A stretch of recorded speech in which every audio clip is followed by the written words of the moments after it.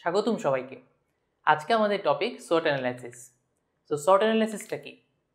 S for strength, W for weakness, O for opportunities and T for threats।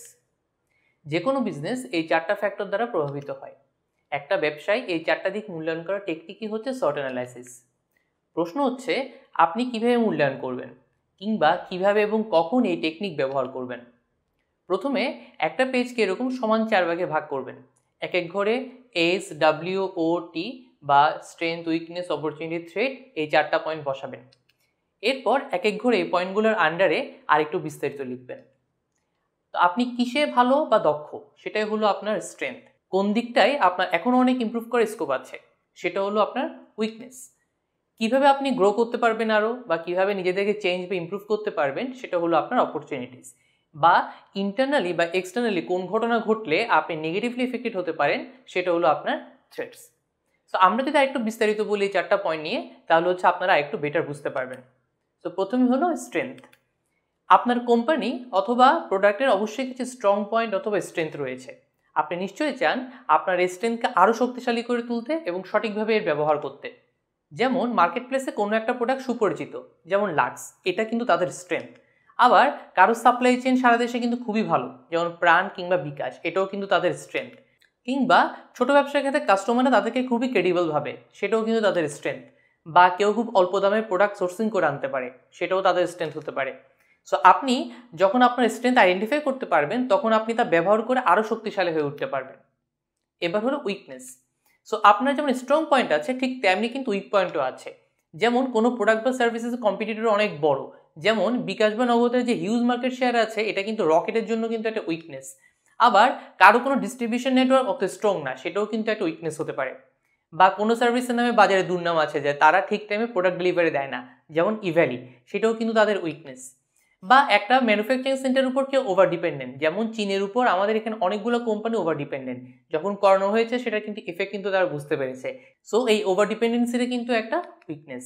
আপনার weak point সম্পর্কে যদি আপনার জানা থাকে তাহলে আপনি তা দূর করার জন্য যা যা করার প্রয়োজন তা করতে পারবেন। সো নিজের উইকনেস সম্পর্কে জানা না থাকলে কিন্তু কখনই ইমপ্রুভমেন্ট করা সম্ভব হয় না। এরপর আসে অপরচুনিটিস নিয়ে। আপনার হয়তো বিজনেস এক্সপান্ড করা বা কাস্টমারকে নতুন কিছু দেওয়ার সুযোগ আছে, কিন্তু আপনি যদি সেটা না জানেন তাহলে কি আপনি সেটা পারবেন? তাই আপনার অপরচুনিটিগুলো আপনাকে আইডেন্টিফাই করতে হবে এবং তা প্রপারলি হচ্ছে ব্যবহারও করতে হবে। যেমন ধরেন গভর্নমেন্ট সামনের বছর আপনার সার্ভিস বা প্রোডাক্টের সেক্টরে একটা ট্যাক্স বা ভ্যাট রিডাকশন করতে পারে। এটা যদি আপনি শুনেন এটা কিন্তু আপনার একটা অপরচুনিটি হতে পারে। আবার দারাজকে কিছুদিন আগে আলিবাবা কিনে নিয়েছে, এই যে হচ্ছে ইনভেস্টমেন্ট আসছে, এটাও কিন্তু একটা অপরচুনিটি ফ্যাক্টর। কিংবা নতুন শহরে আপনি একটা নতুন ব্রাঞ্চের কথা চিন্তা করছেন, এটাও একটা অপরচুনিটি ফ্যাক্টর হতে পারে। আবার যেমন পদ্মা সেতু হলে 5 বছর পর ঢাকার সাথে দক্ষিণাঞ্চল ব্যবসা বাণিজ্য কিন্তু বাড়বে, এটাও কিন্তু অনেক বিজনেসের জন্য একটা অপরচুনিটি ফ্যাক্টর হতে পারে। এবার আসে থ্রেটস নিয়ে। একটা বিজনেসের অনেক ধরনের থ্রেটস থাকে, যেমন কম্পিটিটর্স, নিউ এন্ট্রান্টস অর কপিয়ার্স, এরকম। তো যেমন অ্যাপেল রিসেন্টলি তাদের সার্চ ইঞ্জিন বানানোর ঘোষণা দিয়েছে, এটা কিন্তু গুগলের জন্য একটা থ্রেট ফ্যাক্টর হতে পারে। বা একটু আগে পদ্মা সেতুর কথা বলছিলাম, এই সেতু হয়ে গেলে ওই এলাকার নৌ পরিবহন ব্যবসায় কিন্তু একটা মন্দাভাব আসতে পারে, যেমন মাঝিদের নৌকায় লোক কম উঠবে অথবা ফেরিঘাটেও লোক কম আসতে পারে। সো এটাও কিন্তু তাদের জন্য একটা থ্রেট হতে পারে। সো আপনাকে শুরুতেই এইসব থ্রেটস আইডেন্টিফাই করে ফেলতে হবে যাতে পরবর্তীতে এগুলো আপনার জন্য কোনো সমস্যা সৃষ্টি করতে না পারে। যেমন আপনাদের হয়তো মনে আছে অ্যাপল যখন স্মার্টফোন আনলো প্রথম, তখন নোকিয়া প্রপার স্টেপ না নেওয়াতে তারা এখন ফোনের মার্কেটে প্রায় অচল। স্মার্টফোনের ওই থ্রেটটা তারা কিন্তু ঠিকমতো রিয়েলাইজ করতে পারেনি। তো বুঝতেই পারছেন স্ট্রেংথ এবং উইকনেস হলো ইন্টারনাল ফ্যাক্টর এবং অপরচুনিটিস এবং থ্রেটস হলো এক্সটার্নাল ফ্যাক্টর। যেমন প্যাভিলিয়ন স্ট্রেংথ হলো কোয়ালিটি কন্টেন্ট বা ইউজারদের কাছে এই ক্রেডিবিলিটি যে আমরা কখনোই ফেক নিউজ বা রিউমার দিব না। আবার আমরা যদি উইকনেসের কথা বলি, এখনও কিন্তু আমরা মার্কেটিং পারপাস অনেক বড় কোনো ক্যাম্পেইন করতে পারিনি, সো এটা একটা উইকনেস হতে পারে। আবার অপরচুনিটিস হিসেবে যেমন আমরা ভাবছি গ্লোবাল মার্কেটে এক্সপানশন, যেমন বাংলার পাশাপাশি আমরা ইংরেজিতেও কন্টেন্ট বানিয়ে গ্লোবাল মার্কেটে পেনিট্রেট করতে পারি, সো এটা একটা অপরচুনিটিস।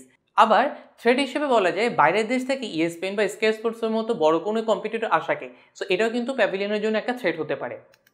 তো এভাবে SWOT অ্যানালাইসিস করে আপনি আপনার বিজনেসের ইন্টারনাল এবং এক্সটার্নাল ফ্যাক্টরগুলো অ্যানালাইসিস করতে পারবেন। এতে করে আপনি আপনার বিজনেস সম্পর্কে একটা ক্লিয়ার ধারণা পাবেন এবং প্রয়োজনীয় পরিবর্তন করতে পারবেন। আপনি আপনার স্ট্রেংথগুলোকে আরও এক্সপ্লয়েট করতে পারবেন, আপনার উইকনেসগুলোকে ওভারকাম করতে পারবেন, আপনার অপরচুনিটিগুলো গ্র্যাব করতে পারবেন এবং আপনার থ্রেটগুলোকে ডিফেন্ড করতে পারবেন।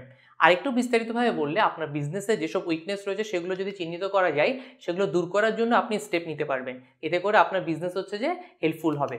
আবার আগে থেকে থ্রেটসগুলো যদি জানা থাকে আপনি সেগুলো প্রতিরোধ করতে পারবেন। অপরচুনিটিসগুলো আইডেন্টিফাই করতে না পারলে সেগুলোও কাজে লাগানো সম্ভব হবে না। সুযোগের সদ্ব্যবহার করতে পারলে আপনি আপনার বিজনেসকে ইমপ্রুভ করে নতুন একটা মাত্রায় নিয়ে যেতে পারবেন। মনে রাখবেন আপনার স্ট্রেংথ আপনাকে যে অ্যাডভান্টেজ দিচ্ছে সেটা হয়তো আপনার কম্পিটিটরদের নেই। সেই স্ট্রেংথ ব্যবহার করে আপনি আপনার বিজনেসকে কম্পিটিটরের চেয়ে সাকসেসফুল বানাতে পারবেন। নিজের কোম্পানি বা প্রোডাক্টের পাশাপাশি কম্পিটিটরদেরও SWOT অ্যানালাইসিস করলে আরও বেটার। SWOT অ্যানালাইসিস করে আপনি একটা রিয়েলিটি চেকও পাবেন। আদতে আপনার প্রোডাক্ট বা সার্ভিস আসলে কতটা ভালো, সেটা মার্কেটের জন্য কতটা উপযুক্ত। SWOT অ্যানালাইসিস করে আপনি যখন আপনার বিজনেস সম্পর্কে আরও ক্লিয়ার আইডিয়া পেলেন, তখন আপনি অ্যাকুরেটলি গোলস ডিফাইন করতে পারবেন। এই গোল যদি ক্লিয়ারলি ডিফাইন করতে পারেন, সেটা অ্যাচিভ করার জন্য আপনি সঠিক স্ট্র্যাটেজিও নিতে পারবেন। Happy learning.